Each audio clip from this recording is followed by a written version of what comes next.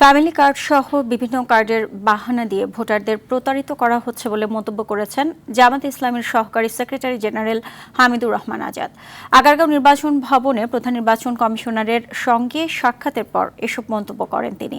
এ সময় জামায়াতের বিরুদ্ধে পোস্টাল ব্যালট নিয়ে করা অভিযোগ মিথ্যা বলেও দাবি করেন তিনি। এছাড়া বেশ কিছু এলাকায় বিশেষ কিছু দলের প্রার্থীরা অবাধে প্রচারণা করছেন বলেও অভিযোগ করেন জামায়াতের এই নেতা। বলেন, প্রশাসনের নিরপেক্ষতা নিশ্চিত না হলে লেভেল প্লেইং ফিল্ড থাকবে না। প্রশাসনের নিরপেক্ষতা যদি নিশ্চিত করা না যায় তাহলে লেভেল প্লেইং ফিল্ড হবে না। বেশ কিছু এলাকায় প্রার্থীরা বিশেষ কিছু দলের প্রার্থী অবাধে চালিয়ে যাচ্ছে নির্বাচনী প্রচারণা।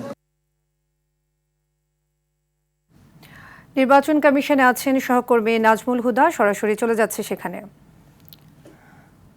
নাজমুল, নির্বাচন কমিশনের বিএনপি এবং জামায়াতের প্রতিনিধি দল তাদের পক্ষ থেকে কি বলেছেন এবং আজ আপিল শুনানিতে কতজন প্রার্থী তা ফিরে পেল জানাবেন।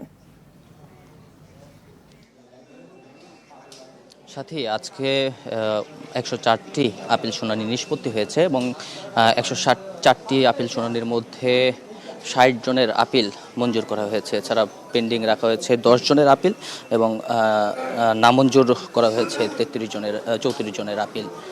তো আপিল শুনানি কিছুক্ষণ আগেই শেষ হয়েছে এবং আজকে এই আপিল শুনানির মাঝপথেই বিএনপি স্থায়ী কমিটির সদস্য সালাউদ্দিন আহমেদের সঙ্গে একটি বিএনপির প্রতিনিধি দল নির্বাচন কমিশনে আসেন এবং প্রধান নির্বাচন সাথে সাক্ষাৎ করেন। এছাড়া আমরা সন্ধ্যায় কিছুটা আগে দেখেছি জামায়াতে ইসলামীর সহকারী সেক্রেটারি জেনারেল হামিদুর রহমান আজাদ, তার সঙ্গেও একটি প্রতিনিধি দল আসেন এবং তারা পরস্পর প্রধান নির্বাচন কমিশনার সহ যে নির্বাচন কমিশনার রয়েছেন তাদের সাথে কথা বলেছেন এবং তাদের কথার ক্ষেত্রে পোস্টাল ব্যালটের বিষয়টি চলে আসে। বিএনপির পক্ষ থেকে তারা জানিয়েছিল যে একটি দলের পক্ষ থেকে বিদেশে পাঠানো যে পোস্টাল ব্যালট রয়েছে সেটি সরবরাহ করা হয়েছে এবং এর জন্য যারা দায়িত্বরত ছিল তাদেরকে দোষারোপ করেন। তবে এসব অভিযোগ কিন্তু মিথ্যা বা অস্বীকার করেছে জামায়াত ইসলামী।